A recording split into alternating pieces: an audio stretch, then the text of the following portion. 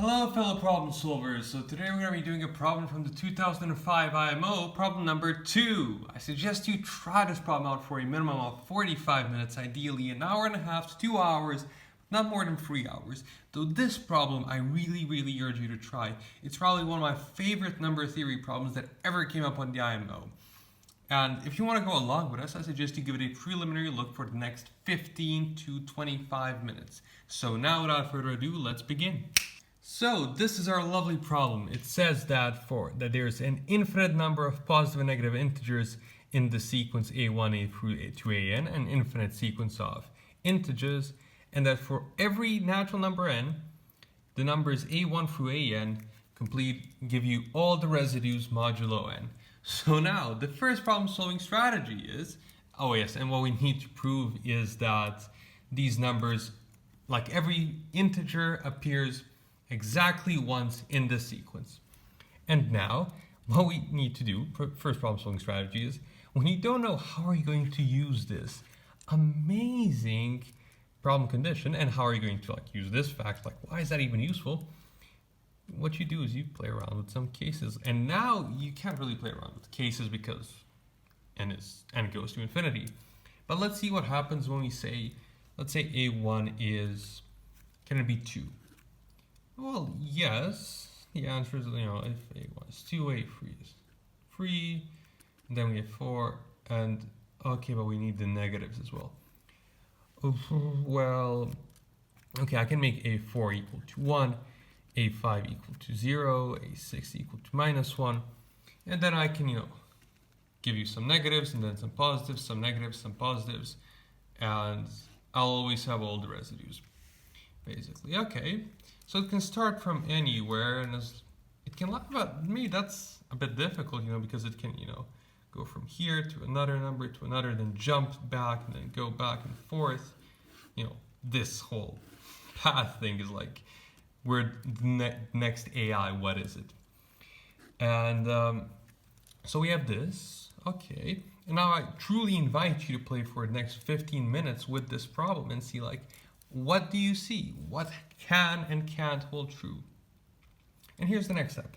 So what you have is, okay, what if, say, a1 is equal to 5 and a2, say, wasn't 4, or let's say it was so these need to be, say it was 8. Would this be an issue? Actually, it would, because now for a3, these two would be congruent both to 2 modulo 3, which contradicts the premise of the problem. So, can we have now, okay, so now what if it was say it was 10? Well, then if I took 5, the first 5, it would be a contradiction. So now that seems to really constrain what these numbers can be.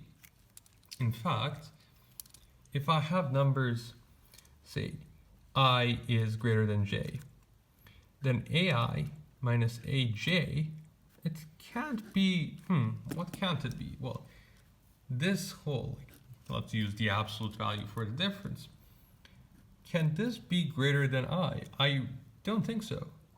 Because if this was, actually no, yeah. If this was greater than I, then for I, or this was equal to some d, and for some value between I and, I believe, between I and d, we would have ai and aj would give the same remainder modulo that thing, which would contradict the statement because this d would be greater than or equal to I. So what this means is this can't happen. So we have for every I and j, ai minus aj is, I believe, less than or equal to I, and less than or equal to at least the bigger one, less than or equal to the max of I and j, their absolute difference, right? Whereas the maximum of their dip might be the max minus 1, because it can't be I, right? Because if it was I, then from a1 to ai, you would have ai minus aj is equal to I, so they would be giving the same remainder, so it's this minus 1. And now, how much of a constraint does this give us? Like, this is what we have that's necessary. Is it sufficient? Like, is it enough if all the numbers, a1 through an, always satisfy this? Does that give us our sequence? And I invite you to pause for, actually we haven't proved this is really informal, but I invite you now to pause for another 20 to 30 minutes and try to push the problem further. And here's the next step. So now this is actually a proof of what we've just said. If this is the case, then among the numbers we have this, ai and j, aj will give the same remainder. And now with that we prove, like, our final sort of, our big claim now is that all these numbers, if you take for any n, if you take these numbers, that they will all be consecutive. Like, that once you sort them, they will be consecutive. And now that's what we need to prove. And once we prove that among any n of these numbers, a1 through an, when they are sorted, they are consecutive, then if you combine that with the fact that we have infinitely many positive and negative numbers, then that finishes the problem, right? So now I invite you to pause for, if you haven't gotten this idea, pause for 10 minutes and see if you can prove it. So here's the proof. And here's what we say. We say that the next number is either the biggest one plus 1 or the smallest one minus 1. And we assume that we say this is true for n is equal to 1, assume it's true for some n equals k minus 1. And then for n equals k, what we have is actually this is just like bad notation, but it doesn't matter really, k plus 1 minus 1. It really doesn't matter. So we have this is true simultaneously, just like due to this first fact.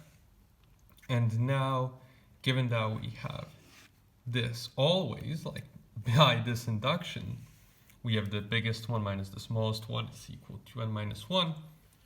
And this was true for n equals what? N was equal to k minus 1, so k minus 2. And then we plug these in, use this one if ak is bigger than a. We use this one if ak is bigger than a, and this one if ak is smaller than b.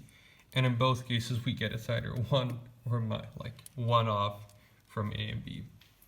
And now with that, what we have is that there's an infinite number of, given that there's an infinite number of positive and negatives, that means we'll have both negative and positive numbers without bound, and dudes 2 will have all those in between.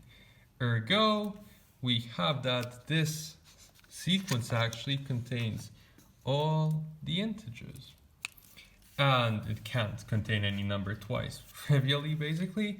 And this solves our problem. And also, like, if you have, it's just like if it contains I and I, then you don't have all the residues modulo this, like a number that's after this. So that's why it can't contain any number twice. This solves our problem, and as always, thanks for problem solving.